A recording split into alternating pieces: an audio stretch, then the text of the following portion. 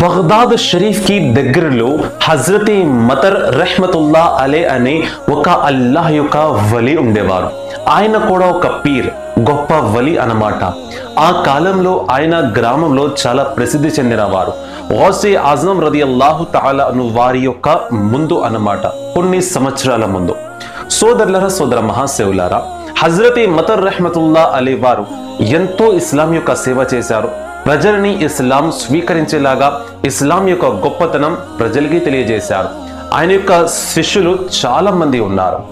ఎప్పుడైతే హజరత్ మతర్ రెహ్మతుల్లా అలే వారి యొక్క చివరి రోజులు దగ్గర పడ్డాయో ఆ యొక్క సమయంలో మాట కూడా తరబడుతుంది.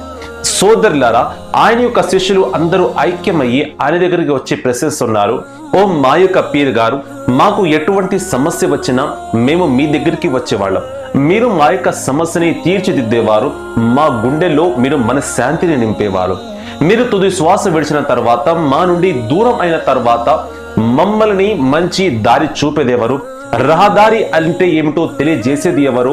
ఈ పీర్ని మేము ఎలా ఎంచుకోవాలి అని తెలియజేస్తే ఆ యొక్క సమయంలో హజరత్ మతర్ రెహ్మతుల్లా అలీ వారు తెలియజేస్తుంది ఏమనగా, నేను మీ నుండి దూరం అయిన తర్వాత జీలాన్ దగ్గరలో బగ్దాద్ షరీఫ్ అనే ఊరు ఉంటుంది. ఆ యొక్క నగరంలోకి మీరు వెళ్ళి గౌసే ఆజం షేక్ అబ్దుల్ ఖాదిర్ జీలానీ వారి యొక్క చేయి మీద చేపెట్టి బయాత్ అవ్వండి. ఈ యొక్క మాట విన్న తర్వాత సోదరులారా, గౌసే ఆజం యొక్క పేరు విన్నారు, షేక్ అబ్దుల్ ఖాదిర్ జీలానీ గారి యొక్క పేరు విన్నారు. ఆ పేరు ఇంతకు ముందు ఎవరు కూడా ఏనాడు కూడా వినలేదు. ఎందుకంటే గౌసే ఆజం వారి యొక్క యుక్త వయసు ఆ యొక్క సమయంలో. సోదరులారా, గౌసే ఆజం వారు రీసెంట్ గా మదర్సా నుండి విద్యను గ్రహించి బయటికి వచ్చారు. ఆ సమయంలో గౌసే ఆజం వారి ఇంకా ప్రసిద్ధి చెందలేదు. ప్రజలకి గౌసే ఆజం వారి యొక్క స్థానం ఇంకా అర్థం కాలేదు. ఆ సమయంలో సోదరులారా, గ్రామంలో నివసించే వారు మరల ప్రశ్నిస్తున్నారు, మా యొక్క పీర్ ఎవరు అని అంటే మళ్ళీ హజరత్ మతర్ గారు సమాధానం చెబుతున్నారు, షేక్ అబ్దుల్ ఖాదిర్ జీలానీ గారు. ఆయన యొక్క యుక్త వయసు ఈ యొక్క సమయంలో ఆయన యువకుడు. ఆయన యొక్క చేయి మీద చేపెట్టి మీరు బయాత్ అవ్వండి. సోదరులారా, గ్రామంలో నివసించే వారు ఒత్తిడికి గురైపోయారు. ఏమిటి పీర్ సాబ్ ఈ విధంగా చెబుతున్నారు, హజరత్ మతర్ గారు ఇలా చెబుతున్నారు ఏమిటి, చివరి రోజులు దగ్గర పడ్డాయి అని బహుశా ఆయన మతి మరుపు వల్ల అలా చెబుతున్నారేమో అని ప్రజలు భావించారు. మరలా మూడోసారి అడగడంతో ఆయన అదే సమాధానం చెప్పారు, షేక్ అబ్దుల్ ఖాదిర్ జీలానీ గారి యొక్క చేయి మీద చేపెట్టి మీరందరూ బైఅత్ అవ్వండి. సోదరులారా, ఆ సమయంలో గౌసే ఆజం వారి యొక్క స్థానం తెలియనందు వలన ఎవ్వరు కూడా ఆయన మాట పట్టించుకోలేదు. ఎప్పుడైతే హజరత్ మతర్ గారు దూరం అయ్యారో, తుది శ్వాసను విడిచిపెట్టారో, వారు పీర్ని వెతుకుతున్నారు, కానీ పీర్ వారికి దొరకడం లేదు. సోదరులారా, హజరత్ మతర్ లాంటి లక్షణాలు ఏ పీర్లో కూడా వారు కనిపెట్టలేకపోతున్నారు. చివరికి గ్రామంలో నివసించే వారు అందరూ కలిసి ఐక్యమయ్యి పీర్ చెప్పిన మాటలపైన షేక్ అబ్దుల్ ఖాదిర్ జీలానీ గారిని వెతకడానికి గ్రామంలో ఉన్న వారు అందరూ ఐక్యమయ్యి బయలుదేరారు. సోదరులారా, బగ్దాద్ షరీఫ్ వచ్చిన తర్వాత గ్రామంలో నివసించే వారిని అడుగుతున్నారు, ఈ గ్రామంలో షేక్ అబ్దుల్ ఖాదిర్ జీలానీ ఎవరు అని కనుక్కుంటుంటే చాలా మంది సమాధానం చెప్పారు, ఆయన ఈ సమయంలో ప్రసంగంలో ఉంటారు. సోదరులారా, అక్కడ ఉన్న మైదానంలోకి వెళ్ళి చూస్తే వారు ఆశ్చర్యపోయారు. ఎందుకంటే అక్కడ సంఖ్య 50,000 కన్నా ఎక్కువ మంది ఉన్నారు. సోదరులారా, ఆ గ్రామం నుంచి వచ్చిన వారు అందరూ హజరత్ మతర్ గారి యొక్క శిష్యులు షేక్ అబ్దుల్ ఖాదిర్ జీలానీ గారిని వెతుకుతున్నారు, అంటే గౌసే ఆజం గారిని వెతుకుతున్నారు. సోదరులారా, వారు ఎక్కడ వెతుకుతున్నారో తెలుసా? కింద కూర్చున్న 50,000 యొక్క సంఖ్య ఉంది కదా, వారు అక్కడ వెతుకుతున్నారు. అల్లాహు అక్బర్.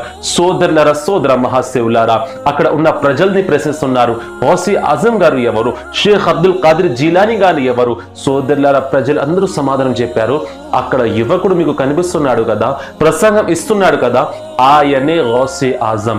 ఎప్పుడైతే వారి యొక్క చూపు స్టేజ్ మీద ప్రసంగం ఇచ్చి గౌసే ఆజం మీద పడుతుందో వారు ఆశ్చర్యపోయారు.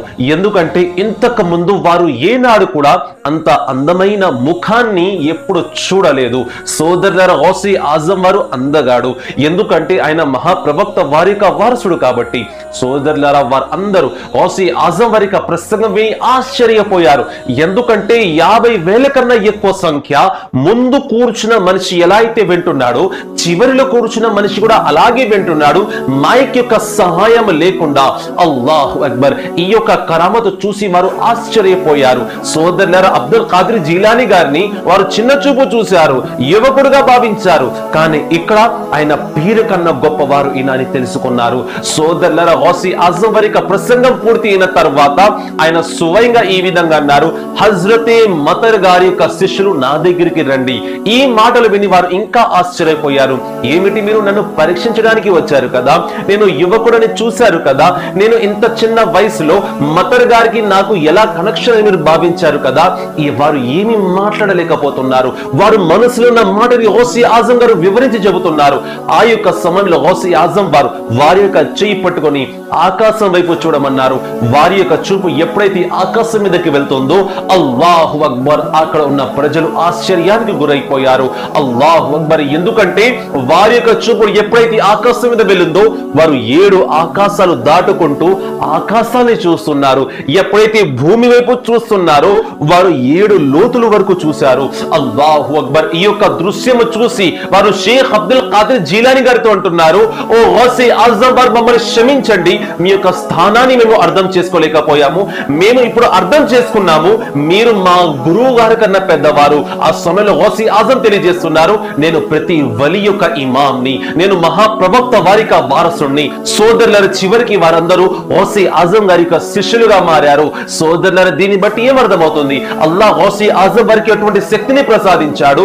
ఆయన మనసులో ఉన్న మాట కూడా ఆయనకి తెలుసు. మా మనసులో ఏ బాధ ఉందో ఆయనకి తెలుసు. మా మనసులో ఏ కష్టం ఉందో ఆయనకి తెలుసు. ఎందుకంటే మనం కూడా గ్యారిమి షరీఫ్ చేసే విశ్వాసులం కదా, మనం కూడా గౌసి ఆజం వారికి అడుగు జాడలో నడిచే విశ్వాసులం కదా. సోదరులారా, గ్యారిమి షరీఫ్ చేస్తున్నారు కదా, సుఖ సంతోషాలతో చేసుకోండి. ఈ వేరే వాళ్ళు వచ్చి దీన్ని షిర్క్ అని చెప్పినా, బిదఅత్ చెప్పినా మీరు వారిని పట్టించుకోకండి. అల్హమ్దులిల్లా, పూర్వం నుండి ఈ రోజు వరకు, ఈ రోజు నుంచి ప్రళయం వచ్చే దినం వరకు మనం అల్హమ్దులిల్లా అహ్లే సున్నత్ వ జమాత్ ఎన్ని రిఫరెన్స్ చూపించినా, ఖురాన్ నుండి హదీస్ నుంచి ఎంత రిఫరెన్స్ చూపించినా, ఆధారాలు చూపించినా, ఈ అహ్లే హదీస్ దేవబంది వీరికి అర్థం కాదు. అల్హమ్దులిల్లా, మీరు గ్యారిమి షరీఫ్ చేయండి.